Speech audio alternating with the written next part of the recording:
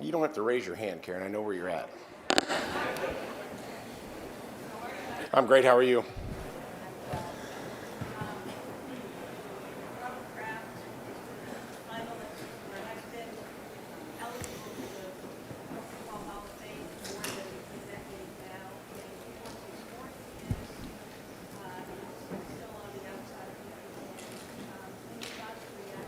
I would just say that that's unfortunate. I would say that in my experiences with Robert, is more than deserving, and he'll be in the Hall of Fame. I'm not in charge of deciding when that happens, and so I appreciate the relationship that I've had with him and the success as a player and now as a coach. So he's done everything that we've needed, and the support, and provided the support that we've needed as a staff and as a team. So I'm glad that he's back here and continuing to help us do things that will help the team win and ultimately allow him to be recognized.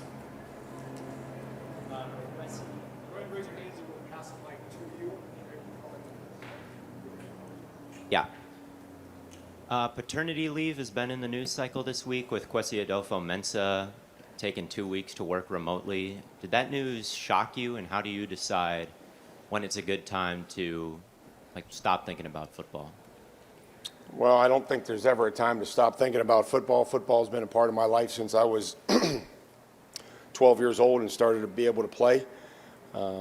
We do everything that we possibly can to support the people in our building, on and off the field, our coaches, and I'm really try to do everything that we can to support the men and women in our building, and that's where my focus is.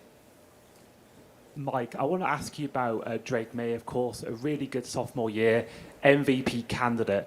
What have you seen in practice that you've seen him have that improvement in his second year in the NFL? Well, I think it all starts with talent. I think he's extremely talented. I think he's athletic. I think he plays the position athletically, and allows him to be accurate with the football, whether that's in the pocket or extended play. So he's a competitor. He's always trying to learn. Continues to build and develop as a leader. So that is his success and his performance is a large part of why we're here. Morning, Mike. Hey, buddy. Just a kind of a follow-up on Drake. He said last night that he thought he turned a corner Sunday on the flight, felt really good through at practice. Just if you can update us on how he's doing and how the illness and the shoulder are coming along.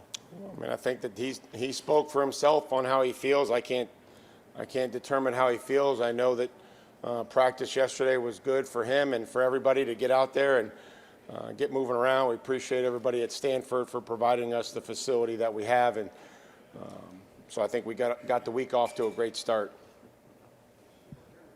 Good morning, Coach. Hey, how are you? Awesome. What's the hardest adversity you've had to overcome as a coach? Okay. Well, first of all, thank you for the question. I also appreciate everybody supporting us last night and coming out last night to ask our questions, our players' questions, and get to know them a little bit better. I think probably early on, just going from a player to a coach, having an idea of what coaching was. But, I tell this to every person I interview. Nobody's going to have a worse first interview than I did. I wasn't prepared. I sat down with Urban Meyer in front of a staff, interviewed for a position, and completely bombed it and had no idea, wasn't prepared, didn't have a teaching progression.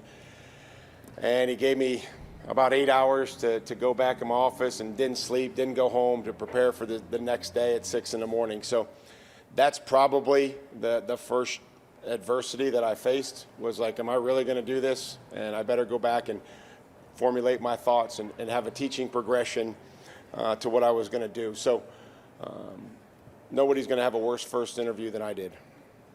Coach, you're looking to become the 5th coach that won a Super Bowl both as a player and a head coach. You would be the only one that also has a sack and a touchdown reception, but I'm just curious, are there any lessons that you think you can instill in these guys specifically from your time as a player in these games that translate also as a head coach?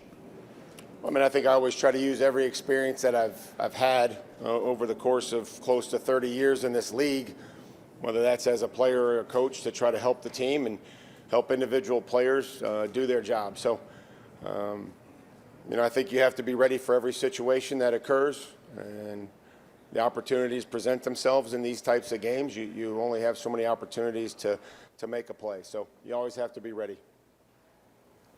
Coach, over here. Congratulations being here. I wanted to ask you about the storyline about the two teams that are in the Super Bowl not necessarily being the favorites at the start of the season. There's that poster where they have your two quarterbacks way back. Maybe that's symbolic. I don't know. Can you talk about? Or either they're really far away or really close. I'm not sure which one. That's It depends which way you look at it. Yeah. I want to ask you, why do you think Americans or people in general like to see underdogs do well, teams that aren't expected to do something? And was there any point during the season where you had one of these coaching talks telling your team no one expects you to do this, prove them wrong type thing? No, we've always tried to focus on how things are going to go right and not worry about how they're going to, what could happen and go wrong. As far as America, I think I would say the majority of Americans or a majority of people probably are more underdogs than they are favorites. Favorites are the talented, elite top 10%. And most groups are made out of a lot of people that are average and 80%, and we're trying to make the 80% a little bit better. Talent's talent. There's a lot of things that are God-given. We try to focus on things that we can realistically improve. Coach, right here, right in the back. Hi, I'm Contessa Brewer from CNBC. Congratulations. Thank you. A lot has changed over the nation's landscape since the last time the Patriots were in their Super Bowl. And we've seen the rise of sports gambling, prediction markets, sweeps. Can you talk a little bit about the pressure that puts on the team and the staff, what they're dealing with going into the Super Bowl? Yeah, the pressure in our business is always going to be there, whether people wager on it legally or not. And we understand the nature of this business and how competitive it is. As you can see, the turnover in coaching staffs, turnovers in rosters, the draft every year, how competitive this business is as it starts to bleed into college and the landscape that we're starting to see. So gambling has nothing to do with our willingness to work and the pressure that we're under and the expectations. Coach, you Hi, brought Mike. As you've assessed Sam Darnold getting ready for this game, how would you describe the way he's handled pressure this year? I think he's handled it well. I think that, again, there's a willingness to stand in the pocket, and there's a willingness to progress through. A lot of talent. I think his courage to stand in there. The Rams nailed him, and he completed an unbelievable pass to Cooper on the sideline. So he didn't shy away. He didn't duck. Didn't fade back. He stood there and faced the fire, which is what you have to do in this league if you're going to be an elite quarterback. Hey, Mike. Congrats on making the Super Bowl. This Seattle defense is top 3 in quarterback pressures. They're top 3 in a lot of things. Yeah. But they do actually give up the second most yards after the catch. So when you're looking at the profile of this defense, what they present, how does that shape the way that you think about attacking them on Sunday? Well, we'll have to stay balanced. Our best games we're able to provide some semblance of run game, and we're able to kind of marry some of the play action passes. And I don't think in this league you want to turn things into a drop back passing game. That makes it really difficult. They're good up front. They play a lot of people. They're disruptive. They work well together with games. They don't give up many X plays, and I think that those numbers, whichever you're alluding to, isn't because they're not good tacklers. They're really good tacklers. It's just sometimes in the shell that they're in, some of the underneath coverage is a little bit deeper. But I think they're a very good tackling football team, and you can tell the fundamentals that they play with across the board.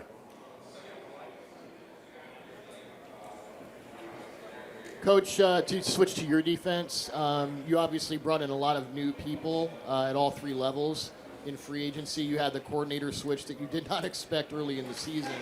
How proud are you of these guys to come together at exactly the right time? It's like as the season went along, it seemed like your defense just got better and better. Well, they've continued to improve. I think most of the people on our team, our coaching staff, has continued to improve, and that's what you have to do for the teams that want to be here. Talked about the ones that are playing the best football late are the ones that are usually in the playoffs, and that continues to happen. So I give them a lot of credit defensively for what they've done, and we'll need our best effort on Sunday in order to help us win the football game. Hey, Mike, good morning. Hi. It's unusual for a team to have rookies starting in left tackle and left guard. What's led to and allowed Will and Jared to have success this year?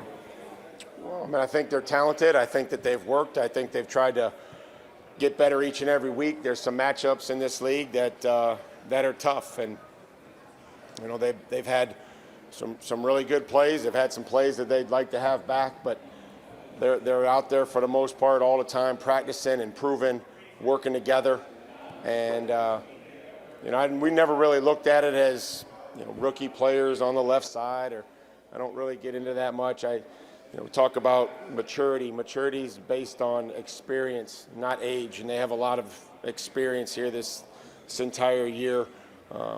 They both missed a few games, but they've been in there the majority of the time. Hey, Coach. Congratulations. Thank you. When it comes to dynasty, I'm sure that's a talk that you've heard about. It's something that you've been a part of as well. Is that something that you embrace when it comes to your team, or you try to ignore? And also, I'm from Little Rock, Arkansas, hometown of Hunter Henry. What has he meant to this team? And just can you speak to him, just who he is as a player and as a person? Yeah, I don't know where the dynasty would come from. Maybe the teams that I was a part of in the past, you could consider that, but we're just trying to build a program, and first year of the program, we ended up here, and we're excited about it, and we're ready to go, or we will be ready to go. Hunter, as I've always said, this has been consistent, been one of the most consistent players on our football team as it relates to his daily attitude, but also his performance. You understand what you're going to get each and every day, and then when his number's called, he usually always comes through for us. Hey, Mike, congratulations. And I wanted to ask you, when a team moves on from you as a head coach, which Tennessee did, were there any moments of any self-doubt or introspection? And do you feel a level of redemption in any way being here? No, I'm grateful for the opportunity. Whether it's a player that gets released and then picked up by another team, or it's a coach that's, somebody moves on from or fires. I think you just are grateful for the opportunity that you have the next time, and you try to do everything that you can not to let that happen. As far as emotions go, I think there's plenty of emotion, whether that's being traded to Kansas City as a player or that's being fired as a coach. There's a lot of emotions that you go through, and sometimes that takes a little longer to get over than others. Sophie. Hi, Mike. How are you? Good. How about you? Great. I wanted to ask about Terrell Williams. There was a report that he's cancer-free before the trip. What's it like to have him here and be able to kind of celebrate such a big accomplishment this week of all weeks? Yep. Thank you for asking about Terrell. He's doing great. He is cancer-free. He's and he was able to come in and be a part of things that we were doing late in the season based on how he was feeling. And so it was great to have him around based on his health and what he felt. Certainly great to have him out here this week. And I would say that he has a reach to all three phases and the players on our team and through our staff. So glad that he can be out here to enjoy this and also help us prepare. Thank you, guys.